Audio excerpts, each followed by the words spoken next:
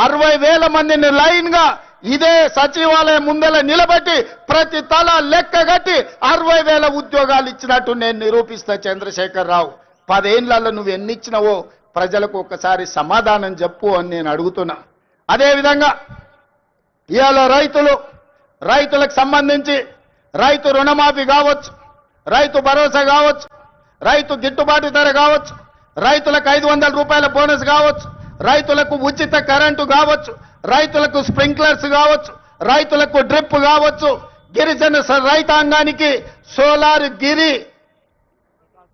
గిరి వికాసంలో సోలార్ పంపు సెట్లు కావచ్చు. దేని మీద నువ్వు చర్చ చేస్తావు?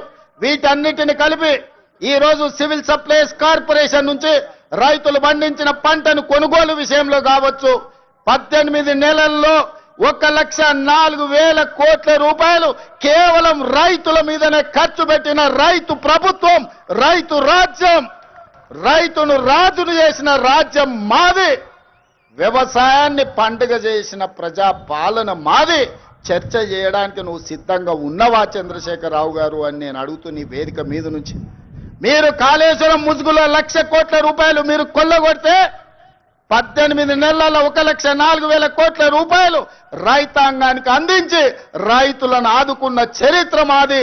వ్యవసాయం అంటే 10 మందికి సాయం, రైతును రాజును చేయాలి, వ్యవసాయాన్ని పండుగ చేయాలన్న ఒక ఉక్కు సంకల్పంతో ఎన్ని కష్టాలు వచ్చినా ఎంతమంది తిట్టినా తిట్లన్నిటిని ఓర్చుకొని ఇవాళ ఈ ప్రజా ప్రభుత్వాన్ని ముందుకు తీసుకెళ్తున్న మిత్రులారా. ఇవాళ మహిళల విషయంలో మీరు చూడండి, ఆర్టీసీలో ఉచిత ప్రయాణం కావచ్చు, ఆడబిడ్డలకు పెట్రోల్ బంకుల నిర్వహణ కావచ్చు, ఆడబిడ్డలకు సోలార్ బిజినెస్ కావచ్చు, అదానీ అంబానీలతో పోటీ పడే విధంగా ఇవాళ 1000 మెగావాట్ల సోలారు విద్యుత్ ఉత్పత్తి సామర్థ్యాన్ని విద్యుత్ శాఖతో ఒప్పందం చేపించి 1 కోటి మంది మహిళల్ని కోటీశ్వరులను చెయ్యాలని ఉక్కు సంకల్పంతో ఇవాళ మేము ముందుకు వెళ్తున్నాం. ఇవాళ ఆడబిడ్డలకు ఒక్క సంవత్సరంలో 21,000 కోట్ల రూపాయలు జీరో వడ్డీతో ఇవాళ ఆడబిడ్డలను ఆదుకున్నాం. అదే కాదు, హైటెక్ సిటీ పక్కన విప్రో ఇన్ఫోసిస్ కార్పొరేట్ కంపెనీల పక్కన 4 ఎకరాలు శిల్పారామం పక్కన ఇచ్చి 150 షాపులు సెల్ఫ్ హెల్ప్ గ్రూపులు ఉత్పత్తి వస్తువులను అమ్ముకోవడానికి ఇవాళ వాళ్ళకి అక్కడ స్థలాన్ని కేటాయించినాం. ఇవాళ ఆడబిడ్డలు ఆర్టీసీలో ఉచిత బస్సు ప్రయాణం కాదు, 1000 బస్సులను కొని ఆర్టీసీకి కిరాయికి పెట్టుకునే ఆర్థిక స్తోమత ఇవాళ ఆడబిడ్డలకు అందించినాం. ఇవాళ ఐకేపీ కేంద్రాలు 8,000 ఐకేపీ కేంద్రాలు ఇవాళ ఆడబిడ్డల చేతుల్లో పెట్టినాం.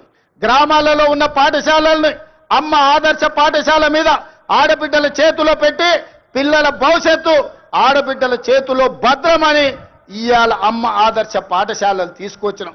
ఇవాళ పాఠశాలల్లో పిల్లల బట్టలు ఒకనాడు కార్పొరేట్ కంపెనీలు కుట్టేవి, ఇవాళ వాటిని రద్దు చేసి ఆడబిడ్డలకే బట్టలు కుట్టే వ్యాపారాన్ని ఇవాళ ఆడబిడ్డలకే అందించినాం. ఇప్పుడు పాఠశాలల్లో తిను వస్తువులను, కూరగాయలను, పాలు, పండ్లు అన్ని సరఫరా ఒకప్పుడు వ్యాపారాలు కార్పొరేట్ సంస్థలు చేస్తుంటే వాటన్నిటిని రద్దు చేసి స్వయం సహాయక సంఘాలకు అందించి ఇవాళ ఆడబిడ్డల చేతుల్లో పిల్లల భవిష్యత్తు భద్రంగా ఉంటుంది అని ఇవాళ ఆడబిడ్డలకు అప్పచెప్పినాం. అందుకే మిత్రులారా, రైతులు కావచ్చు, మహిళలు కావచ్చు, నిరుద్యోగ యువకులు కావచ్చు, ఈ ప్రజా పాలనలో భద్రంగా ఉండాలి అని మేము ఈరోజు ప్రయత్నం చేస్తున్నాం. అందుకే ఈ వేదిక మీద నుంచి 4 కోట్ల తెలంగాణ ప్రజలకు విజ్ఞప్తి చేస్తున్నా. ఆలోచన చేయండి, అంచనా వేయండి, బేరీజు కట్టండి. 10 ఏళ్ల వాళ్ళ పాలన ఎట్లుందో, 18 నెలల్లో మా మిత్రుల పరిపాలన ఎట్లుందో మీరు చర్చ పెట్టండి. చెట్టు కింద పెట్టండి, పెళ్లి కాడ పెట్టండి, చావు దగ్గరకు పోయినప్పుడు మాట్లాడండి, కళ్ళు కాంపౌండ్ కాడ మాట్లాడండి, దావత్ కాడ మాట్లాడండి, ఏడికెళ్ళినా చర్చ పెట్టండి. 10 ఏళ్లలో ఆయన చేసిందేందో, 18 నెలల్లో మనం చేసిందేందో చర్చ పెట్టండి. చంద్రశేఖర్ రావు గారు ఇవాళను కుట్రలు కుతంత్రాలతోని ఆనాడు కృష్ణా నది మీద కాంగ్రెస్ పార్టీ ఉమ్మడి రాష్ట్రంలో ప్రారంభించిన ప్రాజెక్టులు 10 ఏళ్లలో ఏ ఒక్కటి పూర్తి చేయలే. పాలమూరు రంగారెడ్డి ఎత్తిపోతల ఎడారిగా మారింది, కల్వకుర్తి ఆగిపోయింది, భీమా, నెట్టంపాడు, కోయిల్ సాగర్, ఎస్ఎల్బిసి, సీతారామ, అదే విధంగా దేవాదుల, సమ్మక్క సారలమ్మ, ప్రాణహిత చేవెళ్ళ, ఏ ప్రాజెక్టులు చూసినా ఎక్కడి అక్కడనే పడ్డాయి. ప్రాణహిత చేవెళ్ళ పేరు మార్చి, ఊరు మార్చి, పేరు మార్చి, అంచనాలు పెంచి 1,00,000 కోట్లు కొల్లగొట్టిన కాళేశ్వరం నువ్వు కట్టిన 3 ఏళ్లకే కూలేశ్వరం అయింది. 1,00,000 కోట్లు గంగలో కొట్టుకపోయినయ్యాలి. ఇవాళ గోదావరిలో కొట్టుకపోవడానికి కారణం నువ్వు కాదా? నీ అవినీతి కాదా?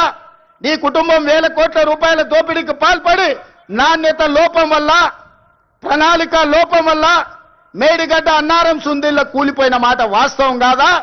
ఈ ప్రాజెక్టులు కూలిపోయినందుకు నిన్ను ఆ చిన్న కాళేశ్వరంలోనే ఉరి తీసినా తప్పు లేదని అక్కడి రైతాంగం అంటున్న మాట నిజం కాదా? వ్యవసాయం మీద 2 లక్షల కోట్లు ఖర్చయినాయి మిత్రులారా. కేవలం కాంట్రాక్టర్లకు 2 లక్షల కోట్ల రూపాయల బిల్లులు చెల్లించాడు. మరి 1000 కోట్లతో పూర్తి కావాల్సిన కల్వకుర్తి ఎందుకు ఆగిపోయింది? 300 కోట్లతో పూర్తి కావాల్సిన బీమా ఎందుకు ఆగిపోయింది? 200 కోట్ల రూపాయలతో పూర్తి చేయాల్సిన నెట్టంపాడు ఎందుకు పూర్తి కాలే? ఇవాళ 6-7 వేల కోట్ల రూపాయలతో పూర్తి చేయాల్సిన సీతారామ ప్రాజెక్టు ఎందుకు ఆగిపోయింది? ఇవాళ ప్రతి ప్రాజెక్టు దేవాదుల 12,000 కోట్ల రూపాయలు ఖర్చయినాయి. ఇంకొక 3-4 వేల కోట్ల రూపాయలు ఖర్చు పెడితే ఇవాళ దాదాపుగా 4 లక్షల ఎకరాలకు నీళ్లు వస్తాయి. ఎందుకు పూర్తి చేయలేదని నేను అడుగుతున్నా. ఉమ్మడి రాష్ట్రంలో సమైక్య పాలనలో సీమాంధ్ర పాలకులు ఆనాడు తెలంగాణ సాగునీటి ప్రాజెక్టుల మీద నిర్లక్ష్యం వహించారు. తెలంగాణను ఎడారిగా మార్చిందని చెప్పిన నువ్వు 10 ఏళ్లలో ఏ ఒక్క ప్రాజెక్ట్ అయినా పూర్తి చేసినవా? ప్రాణహిత చేవెళ్ల గాని, పాలమూరు రంగారెడ్డి ఎత్తిపోతలు గాని, కల్వకుర్తి గాని, భీమా గాని, నెట్టంపాడు గాని, కోయిల్ సాగర్ గాని, ఎస్ఎల్బిసి గాని, సీతారామ గాని, రాజీవ్ సాగర్ గాని, ఇందిరా సాగర్ గాని ఏ ఒక్క ప్రాజెక్టు 2 లక్షల కోట్ల రూపాయలు ఖర్చైనా అన్ని ఈ రోజు ఆగిపోయి ఉన్నాయి అనంటే ఈ దుర్మార్గానికి నువ్వు నీ కుటుంబం అవినీతి కాదా అని ఈ రోజు నేను అడుగుతున్న మిత్రులారా. ఇన్ని దుర్మార్గాలు చేసి ఇంత దోపిడీకి పాల్పడి 1,00,000 కోట్లు కొల్లగొట్టి 1,000 ఎకరాల భూములను ఆక్రమించి ఇవాళ గోదావరి బంకంచెర్ల రేవంత్ రెడ్డి వచ్చి మొదలుపెట్టి చంద్రబాబు నాయుడుకు నీళ్లు ఇస్తున్నాడని